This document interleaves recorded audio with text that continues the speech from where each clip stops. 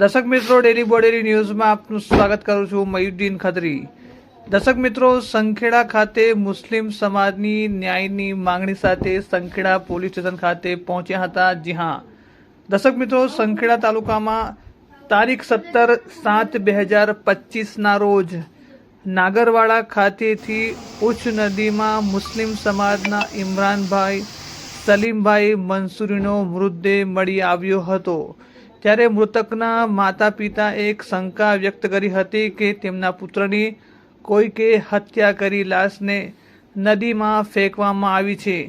આ બાબતે તેઓએ તે સમયના સંખેડા પોલીસ સ્ટેશનના પીઆઈ જલ્પાબેન પંડ્યા સમક્ષ સંભવિત શંકાસ્પદોના નામ સાથે વિગત પણ આપી હતી.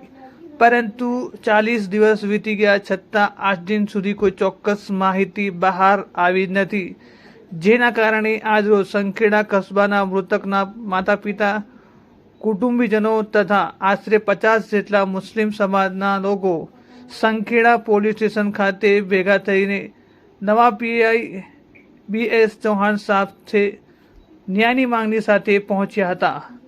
આવો આ અંગે શું કહી રહ્યા છે મૃતકના પરિવારજનો સાંભળીએ.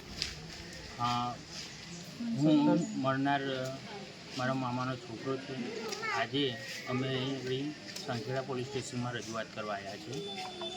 મારો મામાનો છોકરો નામી ઇમરાન 16 તારીખના ઘરેથી સાંજના 8-9 વાગ્યાના સમયમાં નીકળ્યો, પછી પરત આવ્યો નથી. બીજા દિવસે અમને જાણ થતાં નાગરવાડા મુકામે એની ડેડ બોડી મળી. અમને જાણ થતાં અમે ઘરના પરિવારના બધા લોકો ત્યાં દોડી ગયા, પોલીસ સ્ટેશનમાં બી જાણ કરી. અને આજે મરનાર વ્યક્તિને 40 દિવસ પૂરા થઈ ગયા, પણ હજુ અમને પૂરતો ન્યાય મળ્યો નથી. અમે એવી આશા રાખીએ છીએ કે અમારી આ બધા સગા સંબંધોની રજૂઆત નવા સાહેબ જે અત્યારે નિયુક્ત થયા છે સંખેડા પોલીસ સ્ટેશનમાં, અમારી રજૂઆત સાંભળે અને યોગ્ય ન્યાય કરે એવી અમારી બધા કુટુંબ તરફથી સંખેડા પોલીસ સ્ટેશનના સાહેબને અને સર્વ સ્ટાફને રજૂઆત કરીએ છીએ. કડક સજા મળવી જોઈએ અને જે કંઈ આમાં આરોપી હોય એ લોકોને કડકમાં કડક સજા મળવી જોઈએ.